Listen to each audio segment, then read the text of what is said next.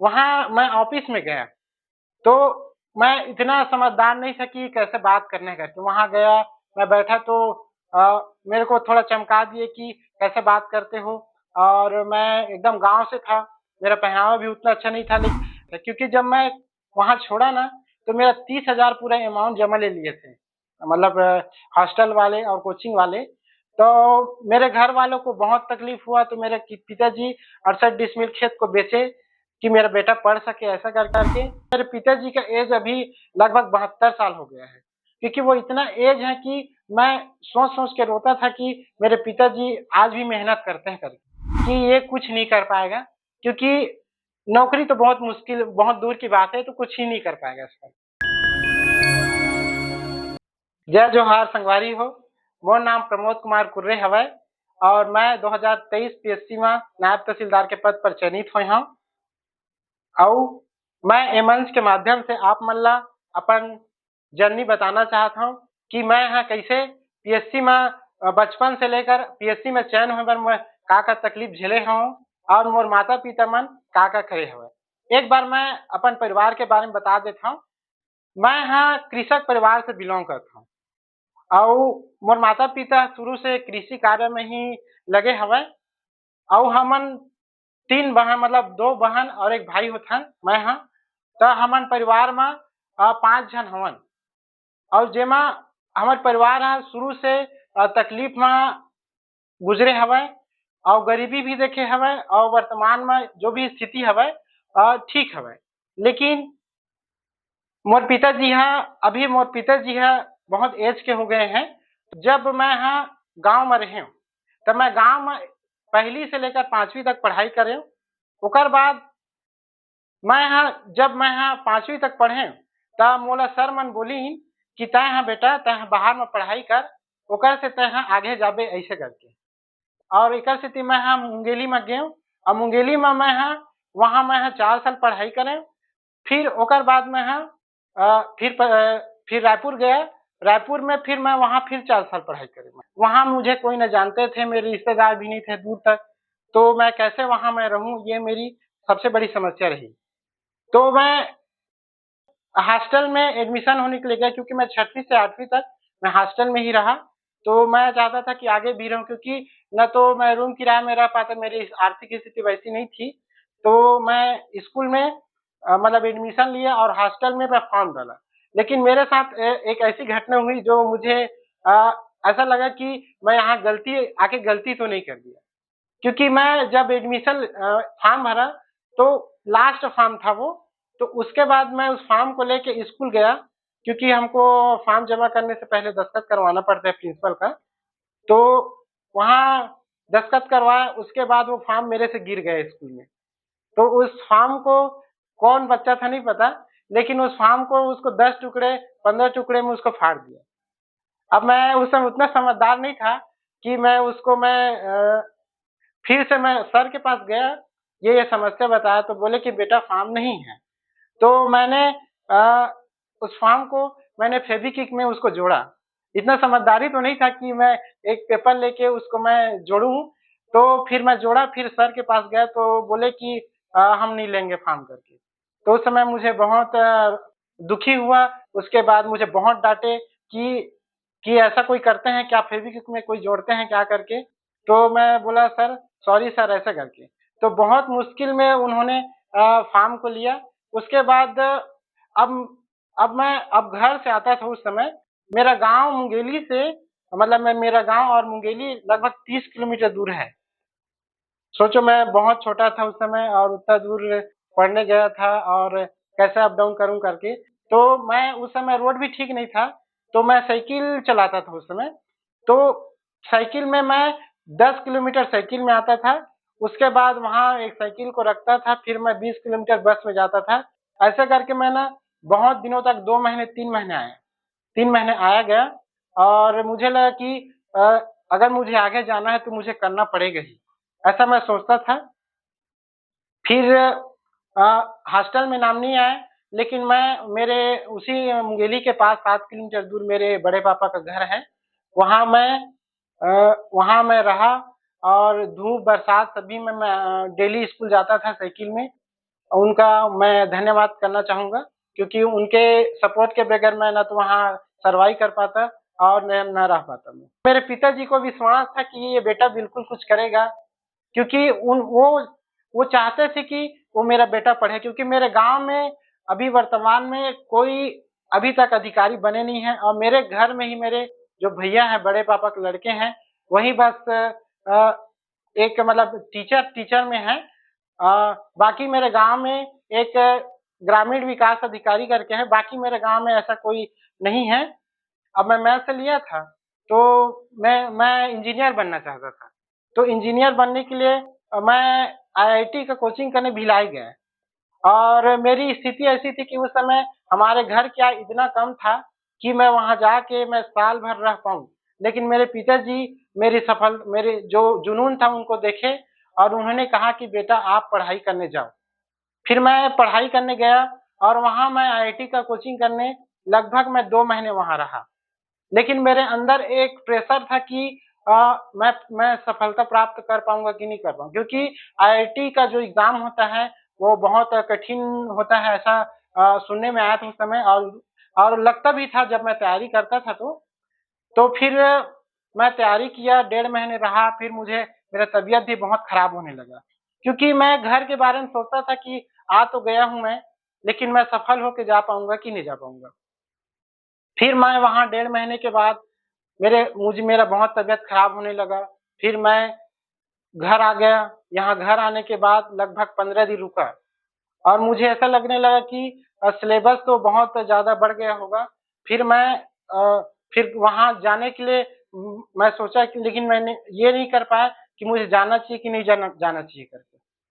तो फिर मैं गया और मैं डिसाइड करके गया था कि मैं वहाँ अब नहीं करूँगा, क्योंकि वो सिलेबस बहुत बढ़ गया था और डर था कि मैं असफल हो जाऊँगा करके।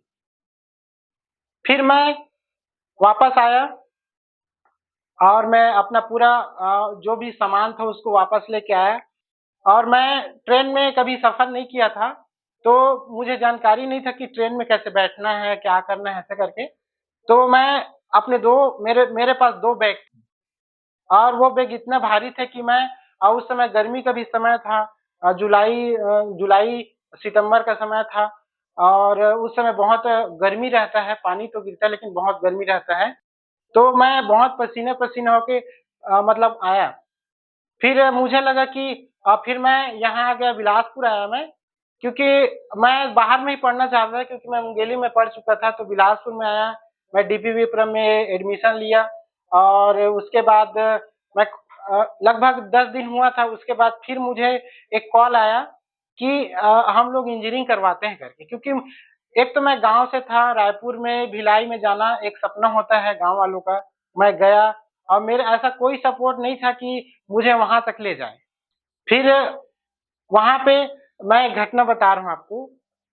मैं जब वहाँ गया फर्स्ट टाइम मैं गया तो वहाँ मैं ऑफ़िस में गया। तो मैं इतना समझदार नहीं था कि कैसे बात करने का। तो वहाँ गया, मैं बैठा तो मेरे को थोड़ा चमका दिए कि कैसे बात करते हो और मैं एकदम गाँव से था।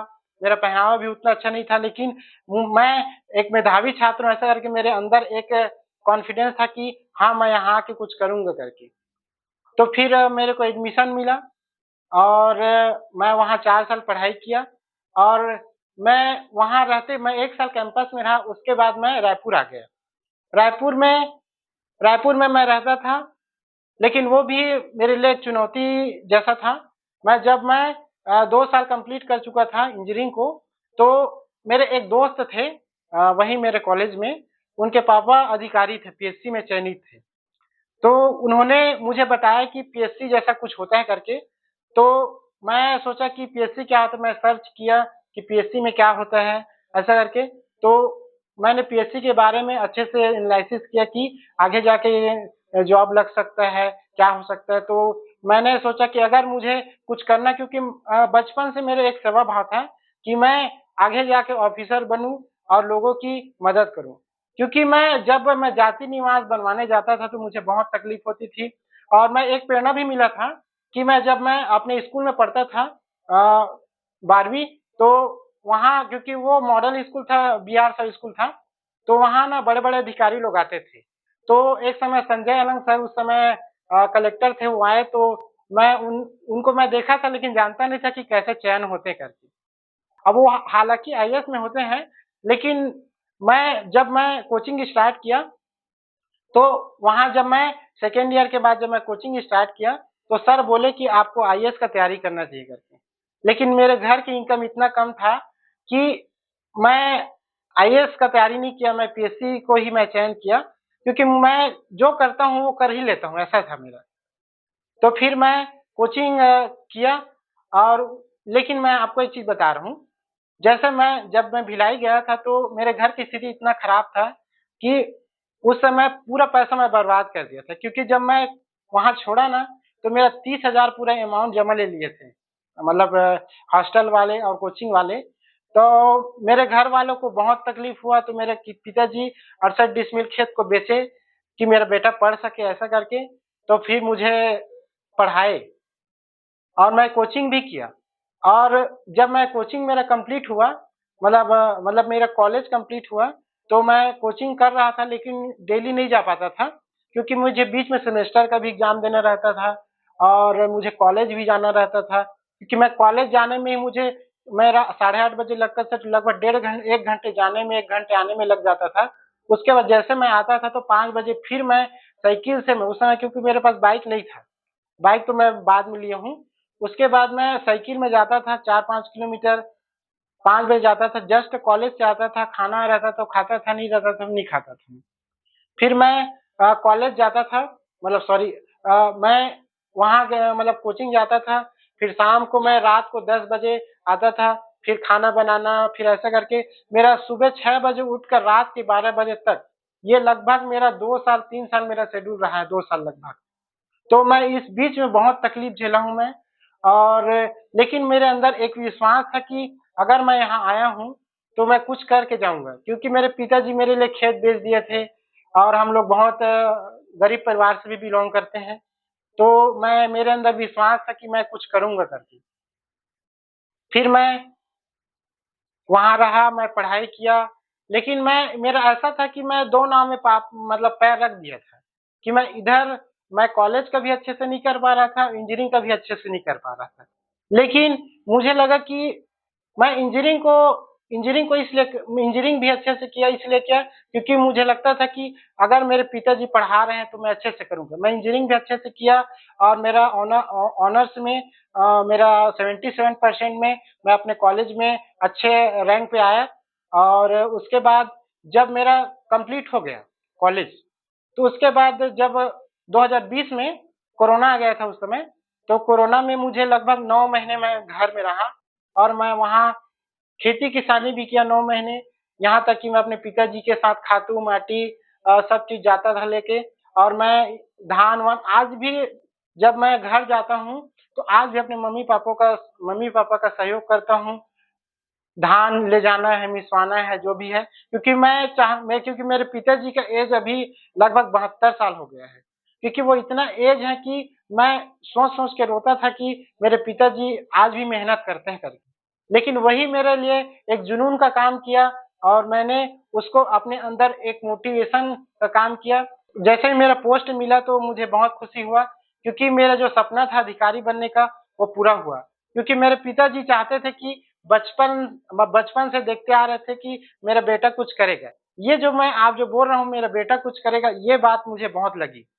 जब मैं मेरा एग्ज़ाम लगभग 16 दिन बचा था, मैं नर्वस हो गया था कि मैं कर पाऊँगा कि नहीं कर पाऊँगा क्योंकि मेरे घर में स्थिति इतना मतलब सिचुएशन इतना खराब था कि मेरा पढ़ाई भी नहीं हो पा रहा था।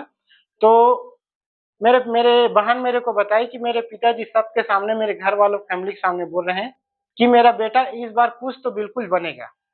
और मैंने इन 16 दिन में इतना अपने आप को इम्प्रूव किया कि मैं बहुत पढ़ाई किया। देखो, अगर अगर आप ठान लेते हो किसी चीज़ को, तो बिल्कुल आपको सफलता मिलती है। पीएससी का जो चयन प्रोसेस होता है बहुत कठिन होता है क्योंकि बार-बार असफलता से हमें हताशा मिलता है। जैसे मेरा प्री निकला फर्स्ट अटेम्प्ट में, दूसरा में प्री ही नहीं निकला तो मुझे 1 साल तक मुझे वेट करना पड़ा था। क्योंकि मैं अपने जीवन का 1 साल बहुमूल्य मैं उसको गँवा चुका था और मुझे ऐसा लगने लगा कि होगा कि नहीं होगा। फिर उसके बाद मैं प्री दिया, तो मुझे डर था कि प्री निकलेगा कि नहीं, क्योंकि मैं पिछले बार मेरा प्री नहीं निकला था। फिर प्री निकला, फिर मैं मेंस में लग गया, अच्छे से किया मैं, फिर इंटरव्यू, फिर मैं, क्योंकि मैं पहले से विश्वास था कि मैं कर सकता हूँ, तो फिर मुझे सफलता मिली।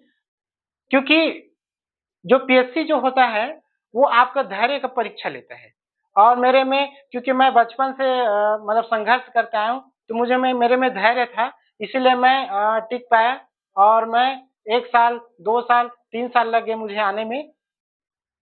तो एक जो राह होती है, अगर उसको आपको आसान बनाना है, तो आपको चुनौती का सामना करना पड़ेगा।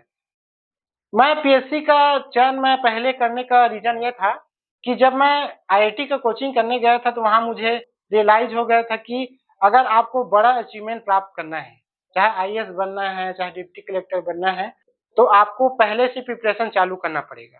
क्योंकि मैं वहाँ जाने के बाद अपना पैसा भी बर्बाद करके आया था।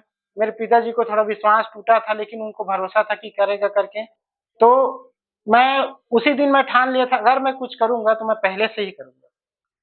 तो फिर मैं पहले से ही तैयारी चालू किया पीएससी को। और मैं अभी जो भी हूँ, मेरा पहले का प्रिपरेशन का बदौलत है। क्योंकि पीएससी में कई लोगों को बहुत सालों लग जाते हैं, कई लोगों को जल्दी सफलता मिल जाती है। क्योंकि अगर हम ग्रामीण परिवेश से हैं, चूँकि मैं जब सेकंड ईयर आ गया था, तब मैं जानता नहीं था कि पीएससी क्या होता है, तो सोचो कि मैं कैसे तैयारी किया हूँ। और मैं कॉलेज भी जाना, सेमेस्टर का भी तैयारी करना, कोचिंग भी करना, मेरे लिए बहुत चुनौती था, क्योंकि हम लोग को बीच-बीच में ट्रेनिंग में भी जाना पड़ता है और सेमेस्टर का भी एग्ज़ाम रहता है। तो मेरा आँख इतना सूज जाता था कि मैं कॉलेज में सोता था, कोचिंग में सोता था। मैं मेरे सर लोग डाँटते भी थे। लेकिन मैं दोनों को नहीं छोड़ा, दोनों को मैं करते रहा। और मेरी सफलता का सबसे बड़ा कारण है मेरा मेहनत और मेरे पिताजी का संघर्ष, मेरे माता-पिता जी का संघर्ष और मेरे मेरे बहनों का विश्वास। इन सब का मेरा साथ रहा है, साथ ही साथ मेरे गाँव वाले हमेशा चाहते थे कि, या ये बोलते थे कि ये कुछ करेगा बिल्कुल। लेकिन एक समय ऐसा था कि जब मेरा 2-3 साल लग गया, तो मेरे गाँव में कई लोग होते हैं कि जब आप असफल हो जाओगे या टाइम लगता है, तो उन लोग को लगता है कि ये कुछ नहीं कर पाएगा। तो एक आदमी मुझे, मेरे घर वालों को बोला कि ये कुछ नहीं कर पाएगा, क्योंकि नौकरी तो बहुत मुश्किल, बहुत दूर की बात है, तो कुछ ही नहीं कर पाएगा इसका। उनका बात भी लगा, क्योंकि जो हमारे समाज का जो ताना होता है, अगर उसको हम चुनौती के रूप में लें या उसको हम आपका मोटिवेशन बनाएँ, तो वो हमको आगे जाके और मजबूत करता है। इसीलिए अगर जो भी एस्पिरेंट्स, अगर आप पीएससी का, यूपीएससी की तैयारी कर रहे हैं, खासकर राज्य लोक सेवा आयोग का, तो आप धैर्य बना कर रखिए। क्योंकि आप धैर्य रखोगे तभी आपको सफलता मिलेगा। क्योंकि मेरा जो जर्नी है, वो संघर्ष के साथ धैर्य भी रहा है, क्योंकि मैंने बीच-बीच में असफलताएँ भी देखी है। क्योंकि मैं संघर्ष इसलिए मुझे ज़्यादा करना पड़ा, क्योंकि मेरे पिताजी पढ़े-लिखे तो हैं, लेकिन उतना जानकार नहीं है, क्योंकि आज भी उनको पता नहीं है कि बाहर में क्या होता है, कैसे होता है। लेकिन आज जब मैं बन गया हूँ, तो उनको इतना खुशी है, 4 गाँव के लोग जानते हैं, कहीं भी जाते हैं, उनको सम्मान की दृष्टि से देखते हैं। तो ऐसे ही पीएससी होता है, अगर आप बार-बार आप प्रयास करोगे, आप फेलियर ज़रूर मिलेगा, लेकिन अगर आप कंटिन्यू उस चीज़ में जुड़े रहोगे, तो निश्चित रूप से एक दिन सफलता मिलेगा। क्योंकि अगर मैं कर सकता हूँ एक गाँव का आदमी, तो आप भी कर सकते हो, है ना? बिल्कुल आप मेहनत करते रहिए, अगर आपका प्री नहीं करना है, तो आप गलती को सुधारें। क्योंकि जब मैं मेरा मेंस नहीं निकला था, तो मुझे पता चल गया था कि मेरे में क्या गलती है या मैं क्या सुधार कर सकता हूँ। तो मैंने मेंस में बहुत मैं मेहनत किया, प्रेज़ेंटेशन में काम किया। निखार टाक टीम को मैं बहुत-बहुत धन्यवाद करना चाहूँगा, क्योंकि मुझे मंच प्रदान किए। और क्योंकि मैं ज़्यादा स्टेज में आया नहीं हूँ, और मेरा ये सौभाग्य है कि मुझे ये मंच प्रदान किए। तो फिर आप सभी लोगों को पुनः धन्यवाद। जय जोहार, जय छत्तीसगढ़।